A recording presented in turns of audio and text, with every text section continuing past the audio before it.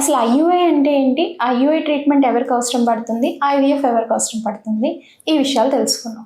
Generally pregnancy రాని వాళ్ళకి ట్రీట్మెంట్లో భాగంగా చేసే ప్రొసీజర్స్నే ఐయుఐ లేదా ఐవీఎఫ్ అనే అంటారు. ఐయుఐ అనేది చిన్న ట్రీట్మెంట్. ఈ చిన్న ట్రీట్మెంట్లో చేసేది ఏంటి అంటే స్పర్మ్ ఏదైతే ఉంటుందో దాన్ని గర్భసంచిలోకి పంపించి వాళ్ళు న్యాచురల్గానే ప్రెగ్నెన్సీ వచ్చేలా ప్లాన్ చేసే పద్ధతినే ఐయుఐ అంటారు. Even though it is a part of treatment, embryo formation అనేది మనం చేయము, న్యాచురల్గానే అది ఫార్మ్ అవుతుంది అనమాట.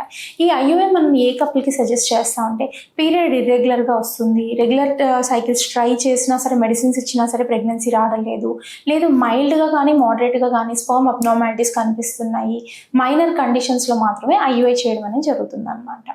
ఐవీఎఫ్ అనేది నెక్స్ట్ ట్రీట్మెంట్, అంటే హై ఎండ్ ట్రీట్మెంట్ ఉంటుంది. ఈ ఐవీఎఫ్ అనేది ఎందుకు చేయాల్సి వస్తుందంటే ఇంకా సివియర్ పీసీఓడి మెడిసిన్స్కి రెస్పాండ్ అవ్వడం లేదు అంటే వీళ్ళకి ఇంజెక్షన్స్ ఇచ్చి ట్రీట్మెంట్ ఇవ్వడం అనేది జరుగుతుంది. లేదు స్పర్మ్ బాగా తక్కువ ఉన్న పేషెంట్కి కానీ సివియర్ ఆలిగాస్టినోటెట్రోజూస్పర్మియా అంటారు, వాళ్ళకి కొన్ని కండిషన్స్లో మగవాళ్ళలో అజూస్పర్మియా అంటారు, వాళ్ళకి ఐవీఎఫ్ అనేది ట్రై చేయడం అనేది జరుగుతుంది. అంటే కొంతమందికి ఐయుఐస్ మల్టిపుల్ టైమ్స్ ఫెయిల్ అవుతాయి అనమాట. ఈ మల్టిపుల్ టైమ్స్ ఫెయిల్ అయిన వాళ్ళకి ఏంటంటే ఐవీఎఫ్ సజెస్ట్ చేయడం అనేది జరుగుతుంది. సో ఐవీఎఫ్ అనేది సజెస్ట్ చేయడానికి డిఫరెంట్ టైప్స్ ఆఫ్ ఇండికేషన్స్ ఉంటాయి.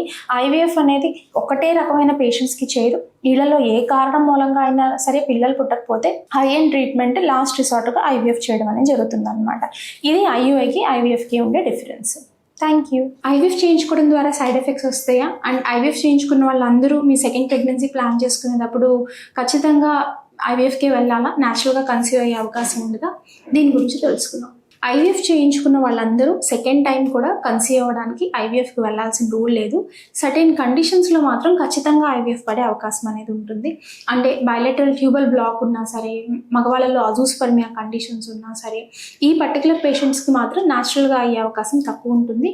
మిగతా పేషెంట్స్ కొన్నిసార్లు ఐవీఎఫ్ లేకుండా సెకండ్ టైం కన్సీవ్ అయ్యి వచ్చిన వాళ్ళు కూడా ఉంటారనమాట. అండ్ కమింగ్ టు మేడం ఐవీఎఫ్లో కాంప్లికేషన్స్ ఉంటాయంటే జనరల్లీ ఐవీఎఫ్ అనేది చిన్న ప్రొసీజరే. దాంట్లో ఏంటి అంటే మనం ఎగ్ బయటకు తీసి ఎగ్ని స్పర్మ్ని బయట కలిపి తల్లి గర్భసంచిలోకి వేయడాన్ని మాత్రమే ఐవీఎఫ్ ప్రొసీజర్ అంటారు.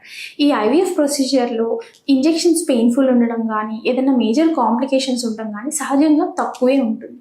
మీకు ఐవీఎఫ్లో కాంప్లికేషన్స్ రకంగా మేము ఏమైనా ఎక్స్ప్లెయిన్ చేయాలి అంటే మోస్ట్ కామన్గా అయ్యేది ఇంప్లాంటేషన్ ఫెయిల్యూర్. అంటే ప్రెగ్నెన్సీలో నెగిటివ్ రావే అవకాశాలు ఉంటాయి, దాన్ని ఇంప్లాంటేషన్ ఫెయిల్యూర్ అంటారు. అది చూస్తూ ఉంటాం. సెకండ్, ప్రెగ్నెన్సీ వచ్చిన తర్వాత కొంతమందికి మల్టిపుల్ ప్రెగ్నెన్సీ అనేది వస్తుంది, కొంతమందికి ఎక్టోపిక్ ప్రెగ్నెన్సీ అనేది వస్తుంది. ఇవి వచ్చే అవకాశం అనేది ఉంటుందన్నమాట.